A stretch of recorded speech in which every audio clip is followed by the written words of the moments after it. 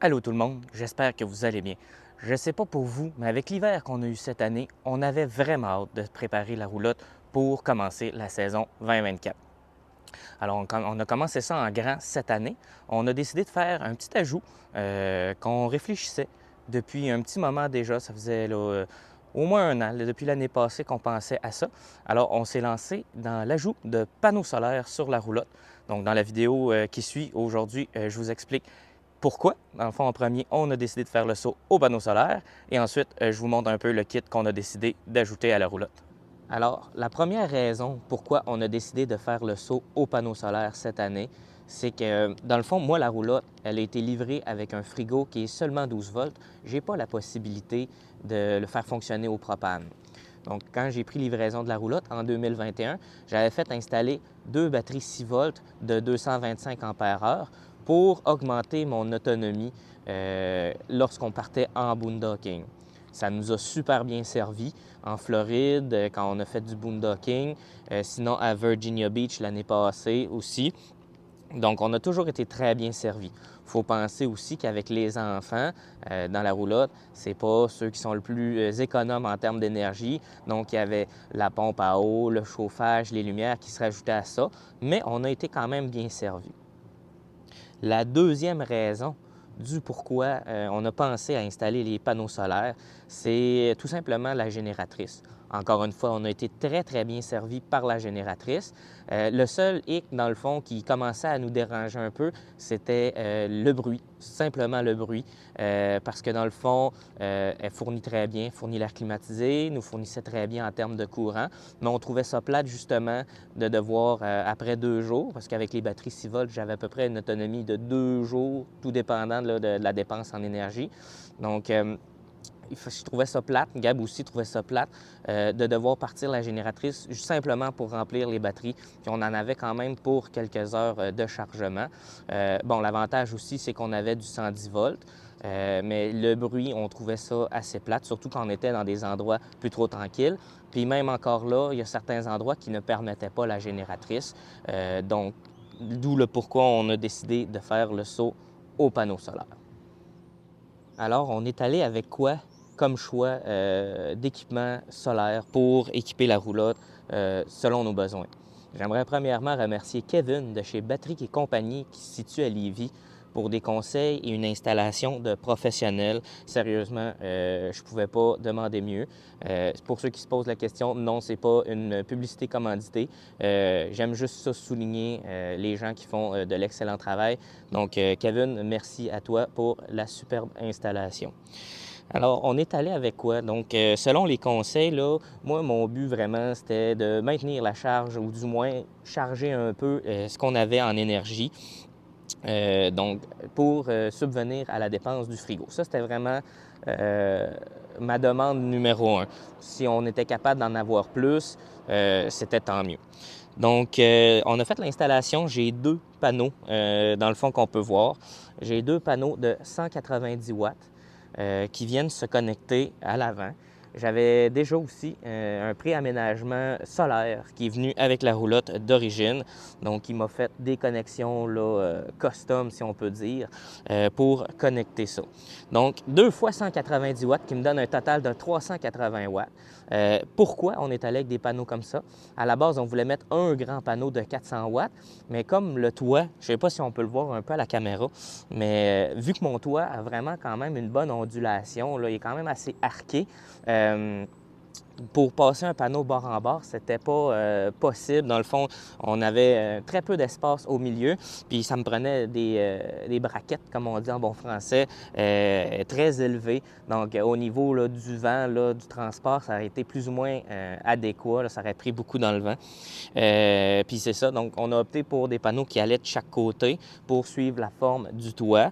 Puis il n'y avait pas disponible 200, 210 watts, là, ça dépend vraiment des fournisseurs. Donc on est allé avec 2 fois 190 watts de panneaux solaires installés sur le toit. Donc on continue avec le préaménagement. Dans le fond, la roulotte, comme j'ai dit sur le toit, était déjà préfilée pour l'installation de panneaux solaires.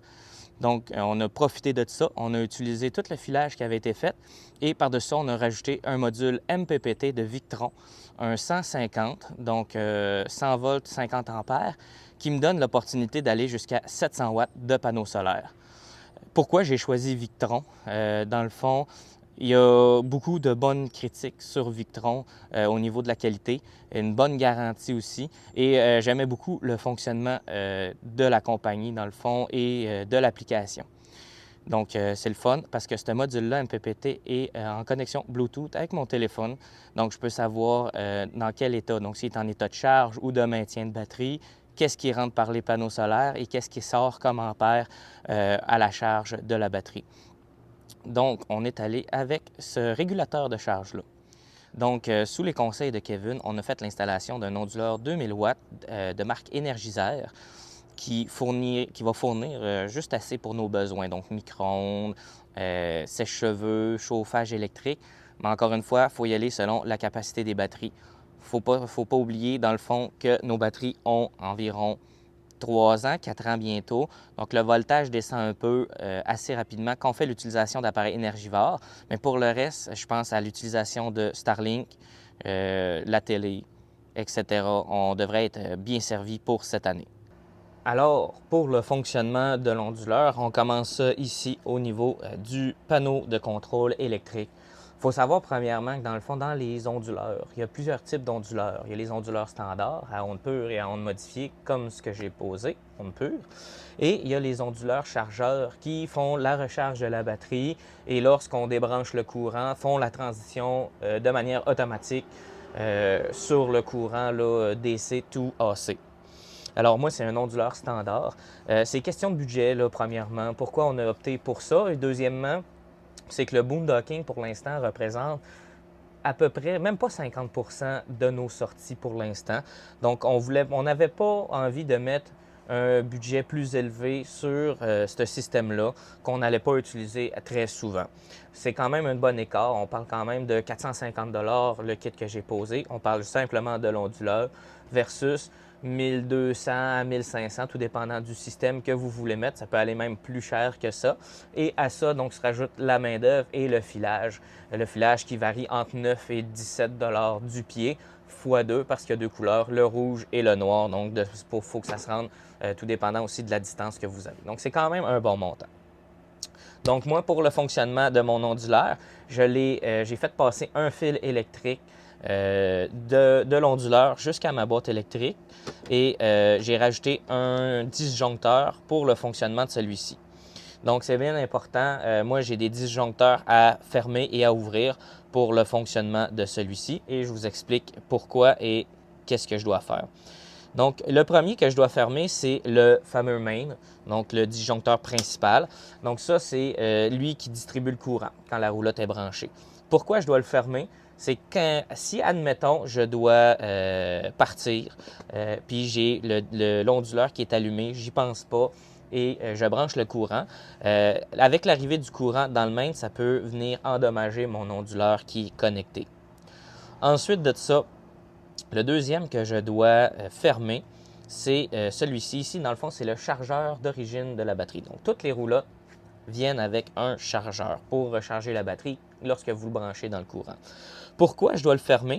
C'est bien simplement parce que les batteries, lorsque l'onduleur va être en fonction, vont fournir le courant 110 à la roulotte.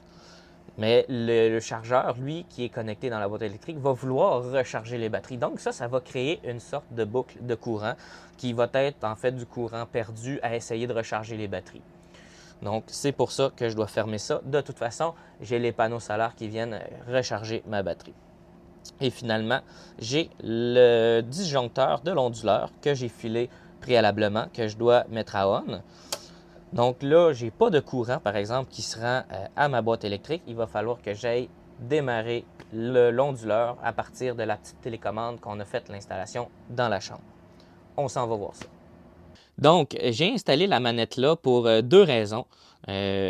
Pour le démarrage de l'onduleur. La première raison, c'était au niveau facilité d'installation. Donc, pour passer le filage à partir de l'onduleur, etc. Ça, c'est sous les recommandations de Kevin qui a fait l'installation du kit solaire. Donc, j'ai installé la manette là. Et la deuxième raison pourquoi je l'ai installée, simplement la facilité d'accès.